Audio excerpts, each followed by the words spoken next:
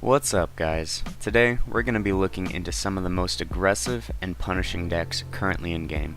These decks have a high win rate too, and can win matches in only 30 seconds of the game, making them the ideal decks to ladder with. These decks still aren't invincible though, so after we showcase their strengths of all of these, I'm going to give you guys their counter, so you won't feel helpless if you keep matching against any of these decks on the ladder. I don't want to showcase the poison without giving you guys the antidote at the same time. Let's jump into the first and the slowest of the three decks that I have for you today. It's a triple blood imp deck for APEP, and just let that sink in for a second. This is a triple blood imp deck, and it's the slowest deck that I'm going to be showing today. The goal of this deck is to make yourself immune 100% of the time, have unlimited mana and healing, and make all of your opponent's cards cost 10 mana each. And scary enough, it achieves that frequently. The goal of this deck is to rush to rank 2, get APEP's shield totem, and then cycle your deck so quickly you get it up before the duration of the previous shield totem is down. This is going to make it so your blood imps have absolutely no downside as long as those shields stay up. And your puffs are going to make it so that your cycle is going faster and faster while your opponent's cycle is going slower and slower. The puffs really help this deck be stronger than just a gimmick, and once you see how many you get in the arena, hopefully you'll have Puff Mania too. So at this point in the game you can see our puffs are exposed and vulnerable to his flame turret. We also learned earlier that he has Gax in his deck, so we're going to try to protect our puffs by putting out blood imps, but we're going to put it out at a pace that won't kill us immediately to Gax. We do want to ensure that we're maintaining both of the bridges as long as we can, and getting the additional ticks off of any type of puff right now is going to just help us in the long run with our cycle. Now you can see here we're getting really close to getting to rank 2, and the second I hit rank 2, you'll be able to see just the amount of spam that you're just about to put out, or that you're able to put out. Now we know our opponent has been playing Gax, so we want to slow down a little bit for now, as any puff we place or any mana we spend will be instantly cleared by Gax. It's important to note that even if Gax explodes while you have a lot of blood imps out, you can still protect the damage if you have good timing with the shield totem.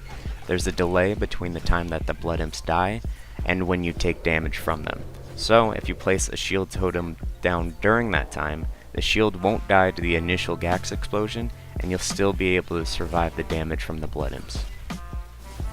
Now we do know Gax is a little bit further down in his deck now, so we're going to be able to cycle a lot more, especially since he's going to be heavily slowed down not only by our original disruptor puffs, but we also got lucky with APEP's first trait and got some disruptor puffs for free as well. And you can see I'm just spamming E so much that the not enough mana screen starts spamming up, and that's all you really need to do with the deck, and we're going to be able to win with the blood imps trickling in after that.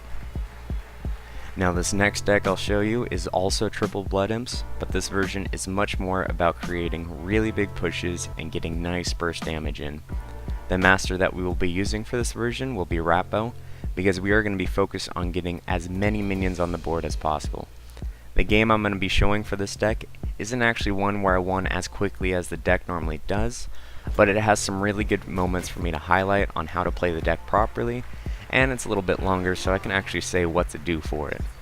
So the main combo that you're going to be looking to do is a combination of any of the cards of Guardian, Bannerman, any of the 3 blood imps, and Rage. If you're able to get all of them out at once, that combo you're going to be pushing with is a humongous 812 damage per second, so just a little over 3 seconds to kill your opponent if you maintain your push. Now you can see we're going to be trying to get our push going on bottom lane. We're going to hold on to our black hold and make sure that we can get that ready whenever he's going to play any AoE out. Unfortunately, we were a second late with actually playing it, so that Beam of Doom landed and wiped that entire rush. Fortunately, Beam of Doom only does damage in ticks, so it's not as punishing as say a Fireball would be, but still, unfortunately we're going to lose that push and we're not going to be able to win very quickly. What this is going to give me the time to talk more about how to play the deck and kind of the mind games that are involved when you're playing it. You see here, when I get this push going on top lane, I'm going to hold onto my black hole in case any AoE comes out, and he knows I have this black hole, so he's going to bait it out by putting out that healing fireball, I'm gonna fall for the bait, and then he can follow up with the normal fireball, and that's gonna immediately take care of the Guardian, and now all my blood imps are pretty vulnerable. I'm gonna panic and try to cycle really quickly to get my black hole out for the next push, and unfortunately I can't get it off in time in order to protect the blood imps from the Beam of Doom. But the really great part about having this deck and having so many cheap cards that are in it is that you can see here I'm able to get push after push after push, so eventually one of these pushes is going to have to just go in. So we're going to start up another one bottom lane, put out our blood imps, put out our Guardian, and get a Bannerman in there as well. We have our black hole to protect against AoE, and we know now that he's trying to bait it out with healing fireballs, so we're going to save it for that. Use our shock rock to take care of the boomer, and then you can see the amount of damage that these guys can do is nuts. I probably wouldn't even needed to black hole there, because they would have been able to, or the Guardian there would have absorbed that attack from the fireball. But either way, playing it safe, and we're going to be able to win the game. Let's get into the final aggressive deck that we will showcase today. This deck may look familiar if you watch my Setsu guide. It's a triple zeppelin deck. The strategy is very straightforward. Each zeppelin does 250 damage and flies directly to buildings or heroes, and you can buff that damage up to 500 each with the rage, so you get a huge 1500 damage burst on the hero, and then you just black hole your zeppelins to make them immune to anyone that's trying to stop their damage, and when they pop back up, they will do their last 1500 damage to the hero. It's extremely quick, as you can see, but this has the lowest win rate of the three that I'm showing. You can still ladder with this thing, but I definitely recommend one of the other two for your first picks, and then this one for a good amount of fun. I mean, just look at these guys come in, they're all enraged, they hit them, it's a ton of damage, they're all immune now, and I can just hit GG, will pop up and do the final damage, and it's a ton of fun, and it's still got a decent win rate to boot, just not as good as the other two that I showcased. Now here is the antidote to take away the pain from all these brain-dead aggressive decks. It's a Ravager deck, which I'm sure many of you weren't expecting, but I recommend you try the deck out before you want to talk about the hero choice.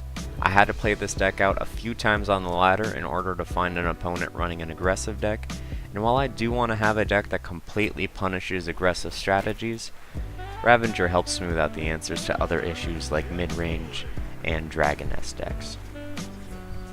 So this deck is running double shock rock.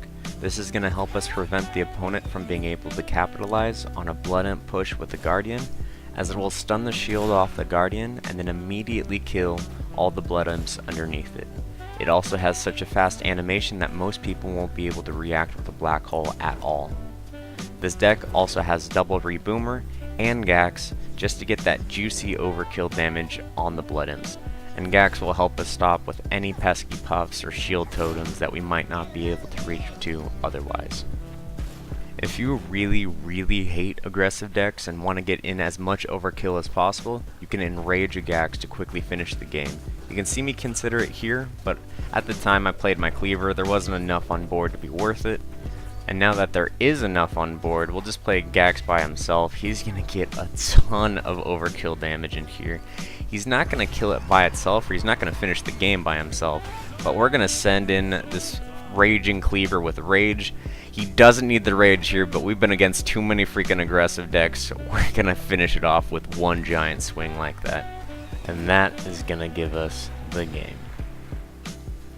And that's going to be it for me today, guys. Thank you so much for watching. I hope you were able to find one deck that you can climb the ladder with, whether it be the super aggressive ones or that last deck at the end. If you have an aggressive strategy that I didn't cover, feel free to leave a comment about it down below. And if you want to stay up to date with my videos, feel free to hit that subscribe button. And I'll see you guys next time.